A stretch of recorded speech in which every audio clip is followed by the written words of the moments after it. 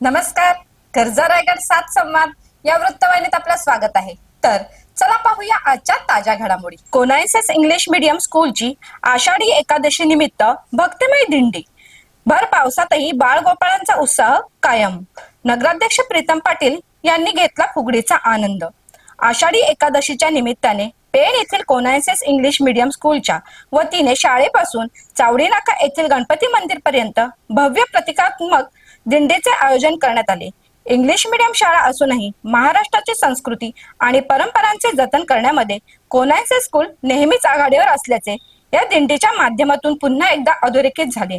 आषाढी एकादशीच्या पार्श्वभूमीवर सकाळपासूनच शाळेच्या परिसरात दिंडीची लगबग सुरू होती.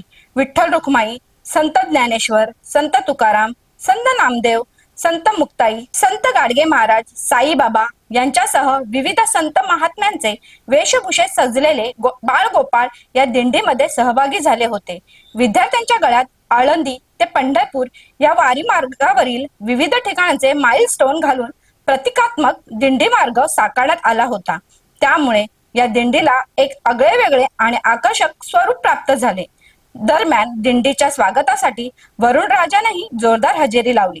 मात्र पावसाची तमा न बाळगता विद्यार्थ्यांनी आपला उत्साह कायम ठेवला.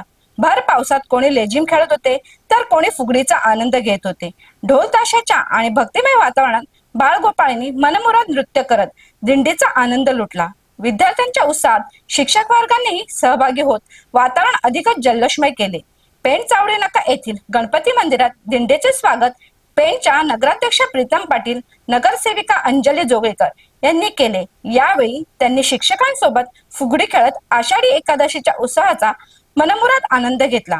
कोनायसेस स्कूलचे वैशिष्ट्य म्हणजे इंग्लिश मीडियम शाळा असूनही महाराष्ट्राची समृद्ध सांस्कृतिक परंपरा जपण्यात ही शाळा नेहमीच एक पाऊल पुढे असते.